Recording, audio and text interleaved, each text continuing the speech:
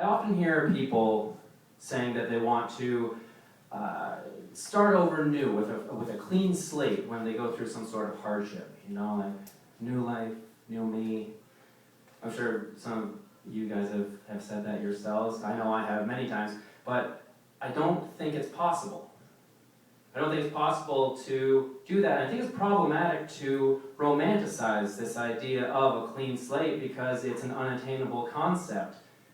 We're only ever a blank slate or a blank page. Uh-oh, props.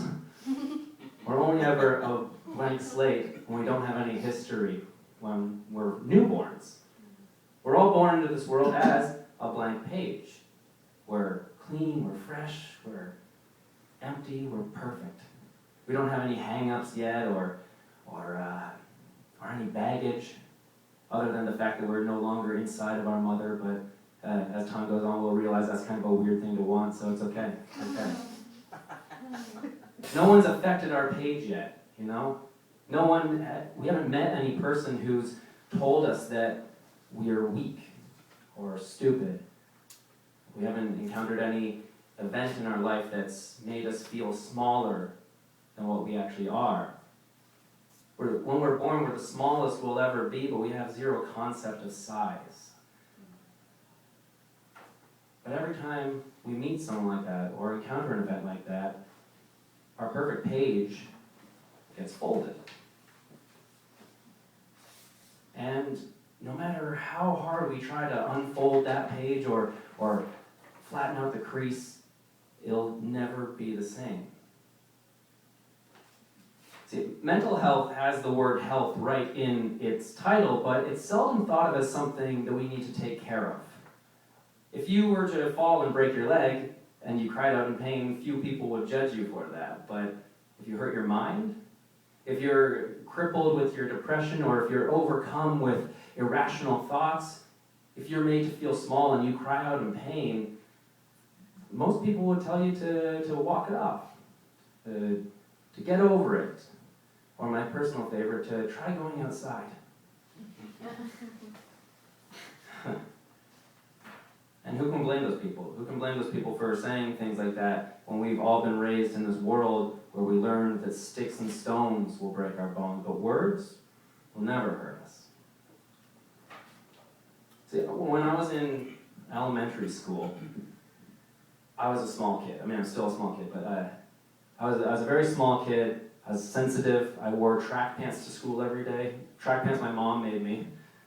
Didn't stand a chance. And I used my imagination as my main source of entertainment. I was never a cool kid because the cool kids decided I wasn't.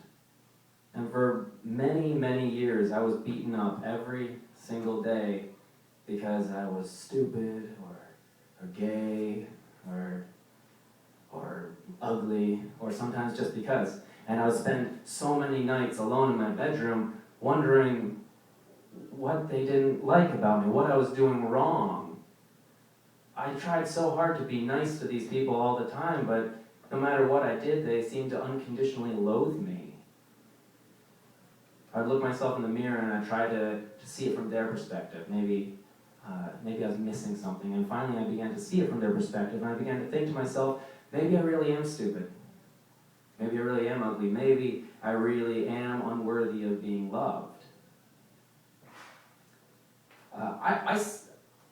I would start most of my days by my bullies coming up to me and telling me that they were going to be waiting for me after school. So I'd have to sit in this anxiety of an inescapable pain coming toward me all day long, and every time my paper would fold and I would become a little smaller. I had trouble trusting people, even people who called me a friend, because many times people would pretend to be my friend in order to get something that I was sensitive about they could use against me so that they could become cooler. And my paper would fold, and I would become a little bit smaller.